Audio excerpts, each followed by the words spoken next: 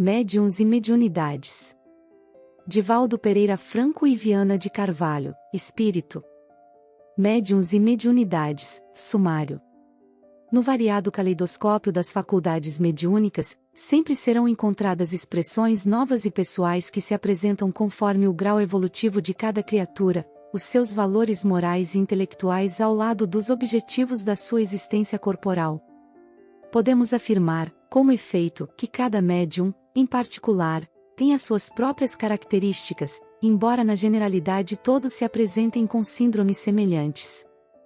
Na multiplicidade das manifestações, podemos encontrar a unidade do fenômeno por cujo meio se identificam os portadores da natureza mediúnica. Para um correto estudo das mediunidades e dos médiuns não se pode deixar em plano secundário a doutrina espírita, que é a luz capaz de penetrar-lhes os escaninhos mais esconsos, liberando-os dos mitos e atualizando-os de conformidade com as leis naturais que regem a vida. Particularmente, o Livro dos Médiuns, que é o compêndio insuperável para o entendimento da grave percepção mediúnica e de como se devem comportar aqueles que lhes são portadores. Allan Kardec, na condição de observador sábio, foi capaz de retirar do aparente frívolo divertimento das mesas girantes e falantes uma doutrina séria, com profunda, que o colocou ao lado dos grandes benfeitores da humanidade.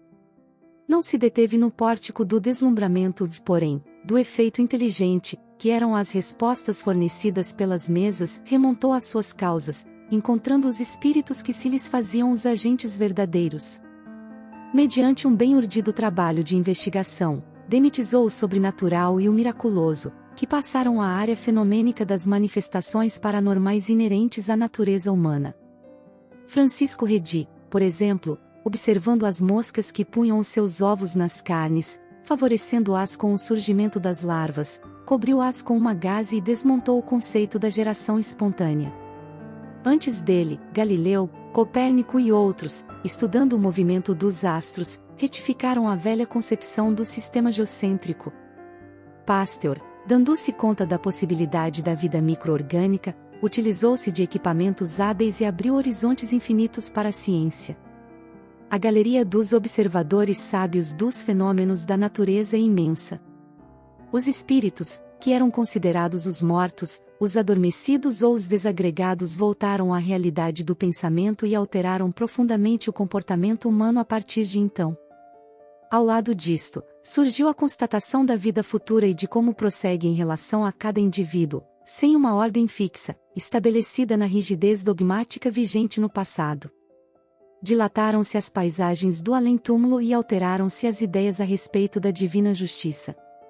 O homem é, ao mesmo tempo, semeador e segador do destino, modificando-o sempre conforme os seus atos, jamais submisso compulsoriamente aos caprichos de um determinismo infeliz.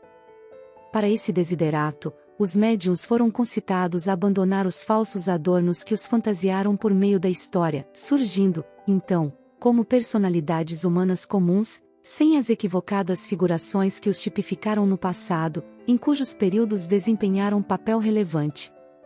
A mediunidade é sempre uma percepção moralmente neutra, sendo os efeitos do seu exercício compatíveis com os valores éticos e morais daqueles que a detêm. Outros sim, não são os médiuns santos, apóstolos ou missionários, mas homens sujeitos a grandezas e misérias, qual ocorre com todos os demais indivíduos. Vulgarizando-se a mediunidade e desvelando-se, cada dia, um maior número de médiuns, já não mais sob os azorragues da perseguição, nem as castrações da ignorância ou as místicas do desconhecimento dos fenômenos, surgem novas fantasias e fascínios em torno das suas figuras, que merecem exame criterioso, cuidadosa observação e honestas advertências. A mediunidade não é sinal de santificação nem representa característica divinatória. Constitui, apenas, um meio de entrar em contato com as almas que viveram na Terra, sendo os médiuns, por isso mesmo, mais responsáveis do que as demais pessoas, por possuírem a prova da sobrevivência que chega a todos por seu intermédio.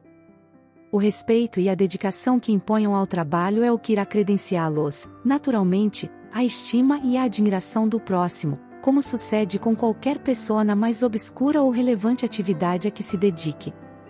As mensagens de que se façam objeto, seus conselhos e comportamentos, merecem análise fraternal, a fim de que não venham a ser os cegos conduzindo outros cegos, a que se refere o ensinamento evangélico.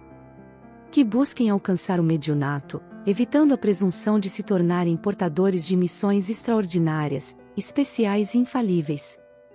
A jornada humana é sempre susceptível de fracassos, de equívocos, de recomeços. A mediunidade, no entanto, aplicada para o serviço do bem, pode converter-se em instrumento de luz para o seu portador, tanto quanto para todos aqueles que a buscam.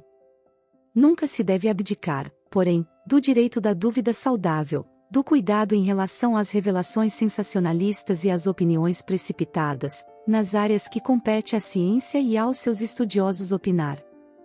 Pensando nos escolhos e nas bênçãos que defluem da vivência da mediunidade e do comportamento dos médiuns, resolvemos examinar algumas dessas faculdades, bem como seus instrumentos, tendo em vista a desatenção e a popularidade de que gozam na atualidade, igualmente pensando na necessidade de chamar a atenção para a doutrina espírita, que paira acima de quaisquer conceitos de revisionismo e de superação científica.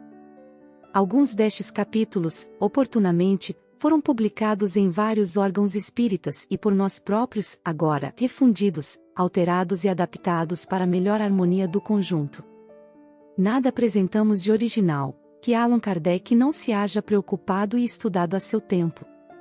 O nosso esforço objetiva repetir o já conhecido, de maneira pessoal, com enfoque e formulações resultantes das nossas observações do lado de cá, contribuindo, assim, para a preservação do caráter de seriedade que devem sempre merecer a mediunidade e os médiuns, como homenagem, também, a Jesus, que é o excelente médium de Deus.